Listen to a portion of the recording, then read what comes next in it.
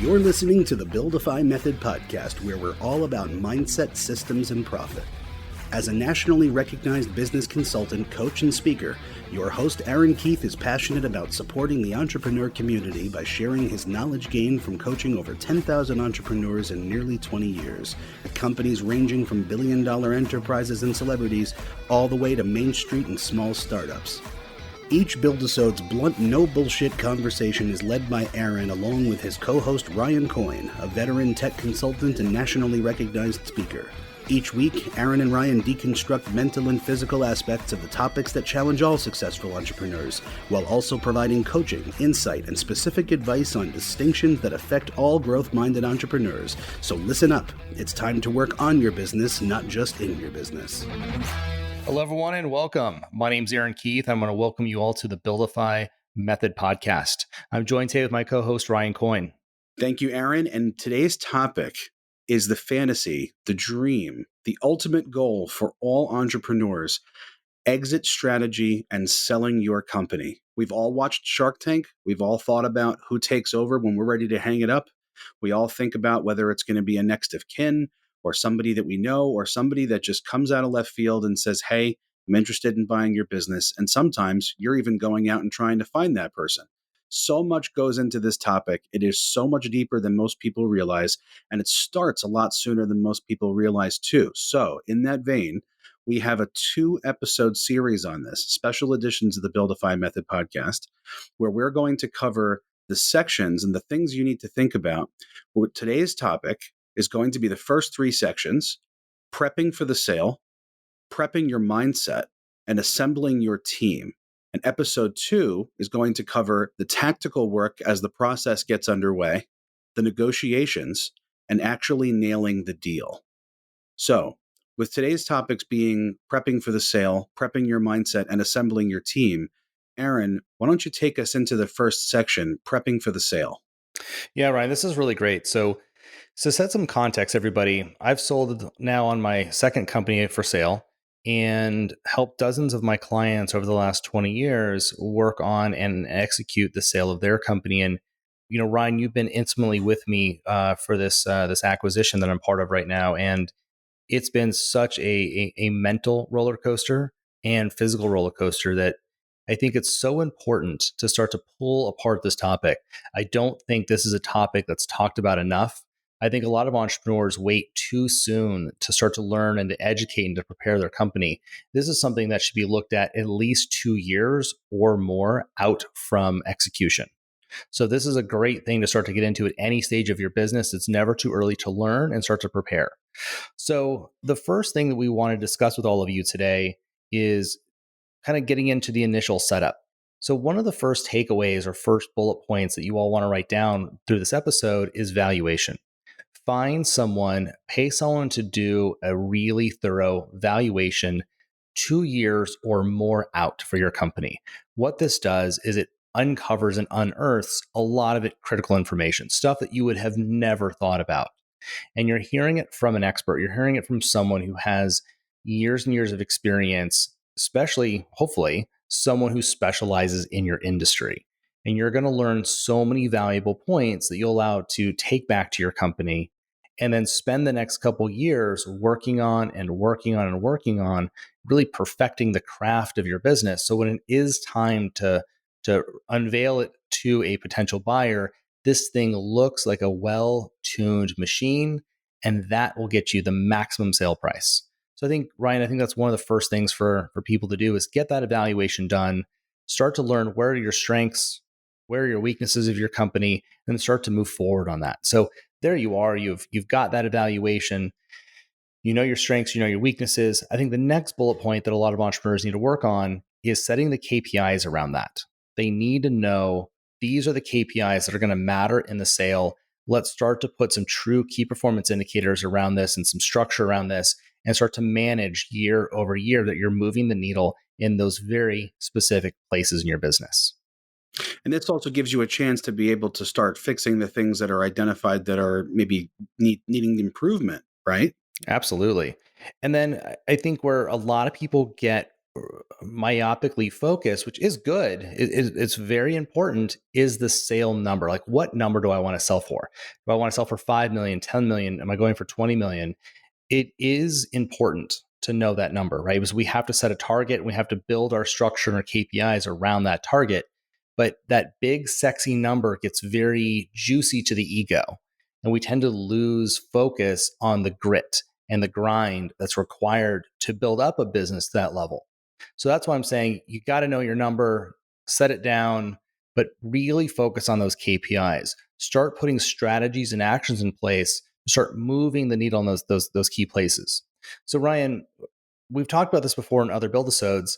If we have a CEO listening to us right now, a business owner listening to us right now, and they're interested in starting to lay down those KPIs for their business, what kind of software, what kind of tools should they be using to track these very important KPIs that are going to help them get that big, huge sale number?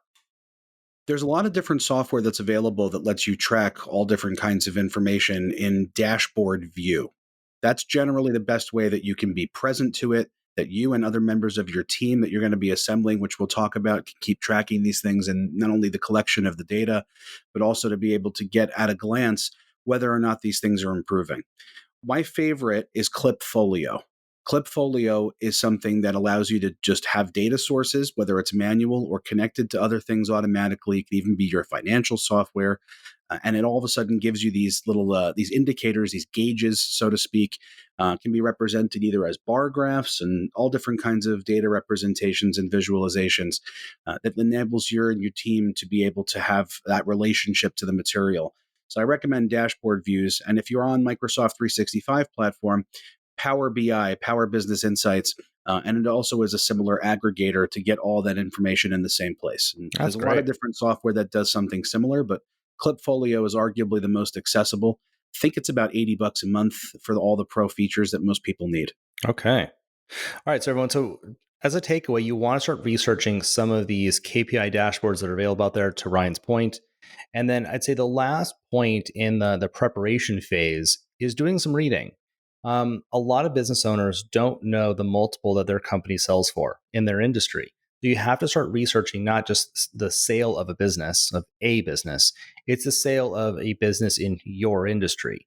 Each industry has very, very unique features that will impact what the sales price is and what some of those interesting little nuggets are that your evaluator is going to inform you on. So start doing that research, start being informed. There's two books that I recommend in preparation. These are books that you don't necessarily want to be reading, the day before you sell your company. These are books that you want to be reading, preferably a couple years in advance, or at least a year in advance. One of them is Walking to Destiny by Chris Snyder. The next one, The $10 Trillion Opportunity by Richard Jackman. We'll put these in the show notes, but these are two books that will be very insightful, open your mind, give you some different things to think about, some different opportunities. Yeah, so that's great to have reading material because a lot of us just need reference to get our minds built out to think this way. Because for most people, especially entrepreneurs, the only relationship to this kind of dynamic is typically if they've ever bought or sold a house or apartment, right? Where they've Right. got a price in mind for something, or maybe the person they're buying it from does, and then either an engineer or maybe an appraiser comes in and changes the scenario by which the numbers are actually levied on everybody.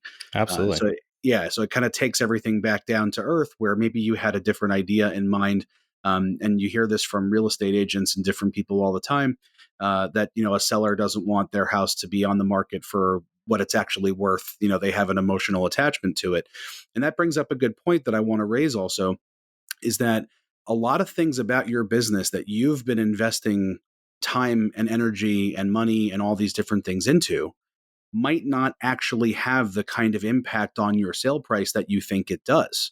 That's one of the things that the valuator is going to be able to help you understand is what are actual assets, what is something that actually makes the company more valuable, and what is something that maybe improves the business and makes it better, and has your appeal and your authenticity to the marketplace and all these different factors that make your business successful improve. but actually doesn't amount to the pile of beans that you think it does when it comes to somebody who's interested in acquiring you. So that's Yeah. something important too. That's a really huge point, Ryan. And as you saw from the the experience that you helped him with mine, there's so many points that we're emotionally attached to. And when you find out from that value, we're like, oh my gosh, this thing over here is actually worth more money and this other thing over here is not. It allows you to go in so much more strategically and mentally prepared. Your mental fortitude is so much more trued up because there's no surprises. You know what's getting marked up and what's getting marked down. So it's, to your point, it's a really good exercise to start to go through. So Yeah, with that point, why don't we roll into mindset a little bit? sounds good. Let's do it. So there's two takeaways here that I think are absolutely critical, right? So what I want you all to write down that are listening to this Build-isode is you have to know your walkaway number. We feel, Ryan and I feel this is very, very important. I think it sets up strength in you. This helps build your own backbone. The acquisition process is like a very long hike. You're going to get worn down, and if you're not prepared for that journey, it's very easy to make some mistakes when you're negotiating. So this is the place where you prepare. You prepare for the hike. We're not hiking yet. We're preparing for that hike. So we have to know you're drop dead. I'm walking away from this deal. I'm not taking it. I'm going to continue building. So that's bullet point number one. And then two, know your target sale price. What do you want to sell for? What's that ideal sales price? Don't get overly locked into it. It may not go that way, but you need to know what you want and then what your walk away is. And then again, just be ready for the hike. This is a journey.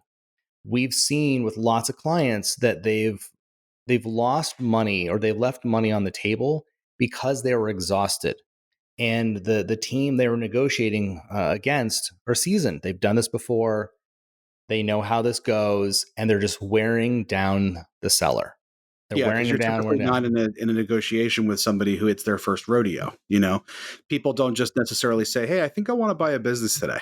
You know, it can be either a private equity group. It can be a group of people who have bought other businesses before. You know, and they're going to throw a lot of things at you, like for example, a valuator that they work with that is going to maybe come up with numbers that are potentially in their favor, which only underscores the importance of having your own, similar to arbitration when it comes to legal matters. Right. Absolutely. So mindset wise, that's what I would recommend. Know your drop dead number, know your target number, and mentally prepare yourself for the hike. Um, kind of rolling into our next section here, is I think this has a lot to do with it. Part of what helps you prepare for this hike is your team, right? Your team of people around you are going to provide perspectives, unique knowledge because they've been there and done that. And so that knowledge gives you awareness, it gives you capacity. That capacity allows you to be a better human and a better negotiator through this entire process so that you're even keeled, the emotions aren't getting the better of you. And it allows you to think on your feet because things change so fast through this process. So Ryan, let's dive into assembling your team.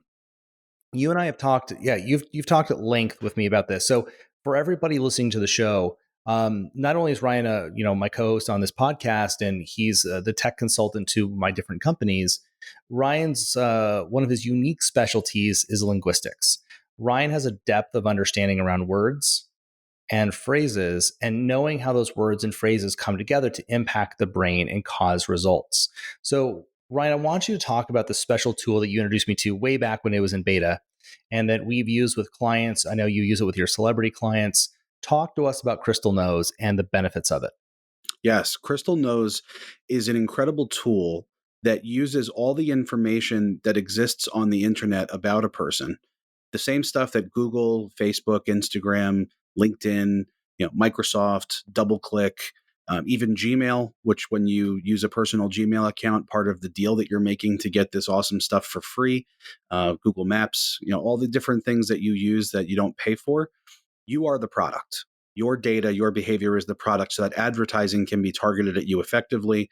And all of your different consumer purchase habits and consumer behavior habits are used against you in the best possible way, right? So it is able to use LinkedIn as an anchor point. So if somebody's got a LinkedIn profile, you can use Crystal Knows and install the Chrome extension, go to anybody's LinkedIn profile and click a button that says Get Personality that pops out from the right side with the software installed. And it's going to run a very quick analysis, only takes a few seconds. And then it gives you a full indicator of what their disk profile is based on all this behavior. Now, most people who I show it to say that it is scarily accurate, north of 90 to 95% accurate. And even if it's not how somebody would behave 100% in their personal life, this is the way that they are conducting themselves for the most part. This is the way that they are presenting themselves to the world and how they essentially want to be treated and communicated with. That's the important thing to remember here. So if you look yourself up and you disagree with the data, this is how you're behaving, even if you don't necessarily agree. Right. And what it yields is very specific, coachable insights that tell you how this person is most effectively communicated with. It tells you what words to use, what words to avoid. It shows you their strengths, their blind spots. It shows you even suggested email subject lines and formats, how you're supposed to greet them, what the sign off is supposed to be, and specific phrases to key into what essentially is the goal that you're going for. It even has drop downs for, I am going to call or email this person in order to do what? And you can click it and say, make a sales pitch or try to get them to have a meeting with me and so on and so forth. So it gives you an edge. If you're a kind of person that is running a business, one of your strengths already is maybe keying into the nonverbal things. Of course, with COVID and different things that are happening in the world, we don't necessarily have the benefit of that in-person body language interaction that aids things that we all used to. Uh-huh.